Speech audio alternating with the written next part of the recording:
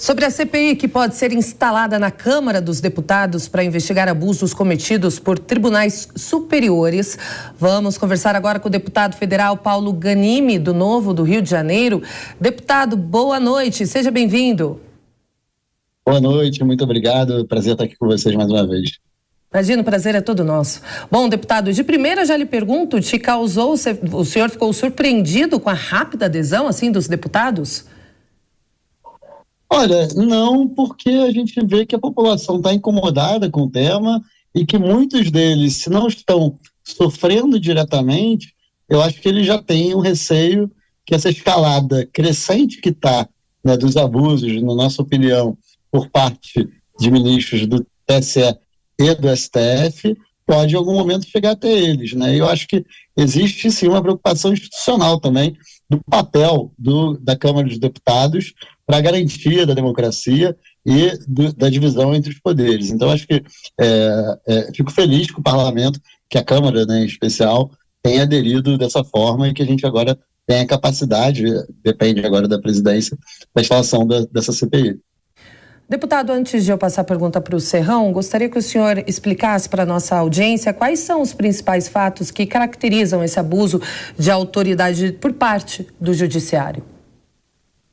Olha, eu até seria mais exaustivo do que o que está na CPI, lembrando sempre que uma CPI ela tem que ter fato específico, né? Então, não pode ser algo genérico, algo aberto. Então, a gente colocou dentro do texto da CPI alguns itens, eu não vou me recordar, não estou com o texto aqui na minha mão agora, mas não vou me recordar de todos, né, mas esses últimos fatos, elementos, por exemplo, né, contra os empresários do grupo de WhatsApp, né, com busca e apreensão, a gente teve aí também, mais recentemente, em relação a esses que estão fazendo as manifestações, empresas, inclusive uma empresa que nada tinha a ver com as manifestações, simplesmente uma empresa financeira que o seu leasing estava sendo usado para financiar um caminhão que está dentro das manifestações. Então, isso não só comprova o abuso de autoridade, comprova não, eu não vou ser aqui também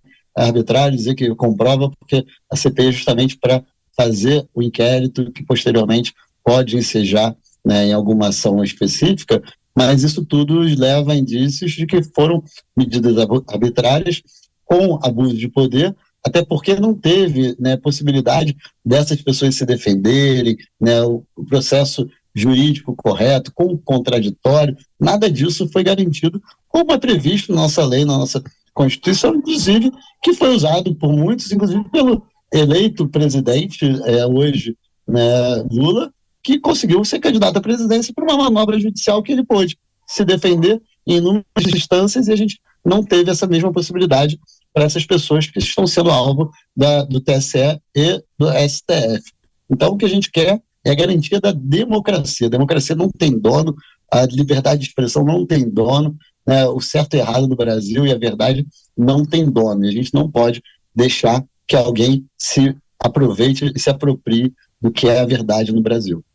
Deputado, pergunta agora de Jorge Serrão. Deputado Paulo Ganimi, tem regras que são absolutamente claras.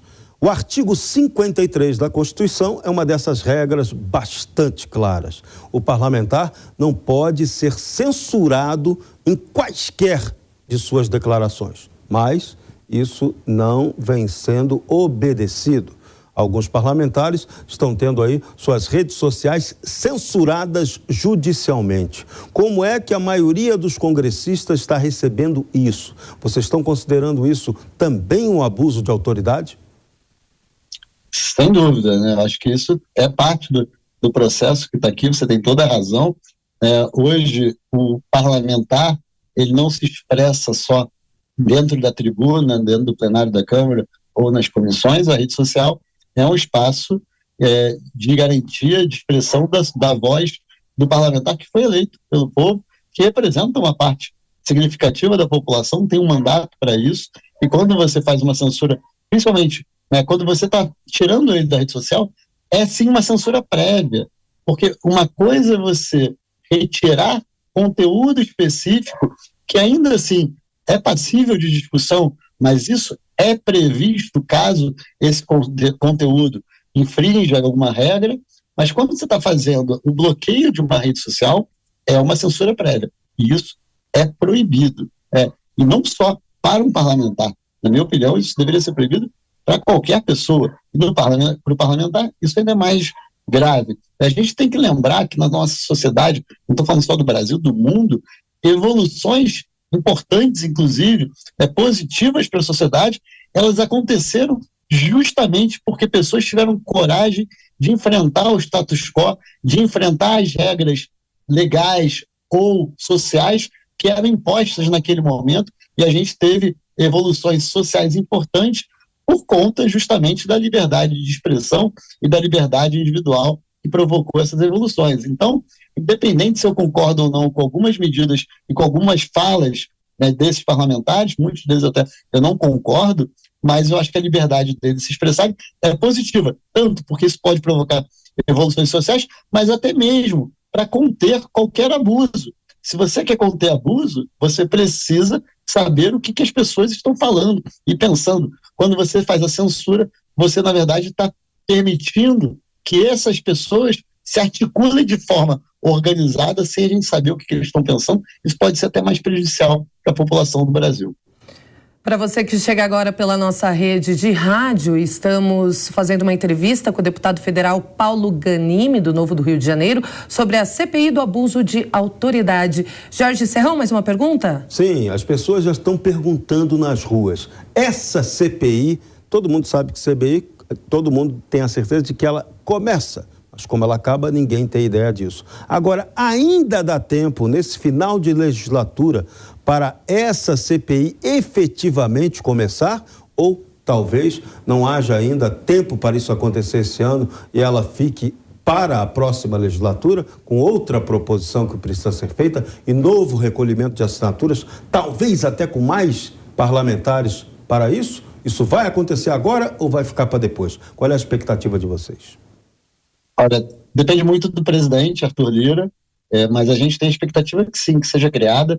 Claro que para que ela aconteça de forma contínua e termine da forma adequada, a gente vai precisar se estender dentro do recesso parlamentar. O que eu acho um tema tão grave, tão relevante para o Brasil, algo normal, né? O recesso não é férias, não é um momento em que o Brasil para. Eu acho que o Congresso, tendo necessidade de atuar, tem que atuar durante o recesso de janeiro, até mesmo, por que não, aqui em dezembro, agora em dezembro, entre os dias 23 de dezembro e 31 de dezembro, né, salvando, lógico, é claro, as datas mais festivas, mas eu acho que há sim tempo para isso acontecer.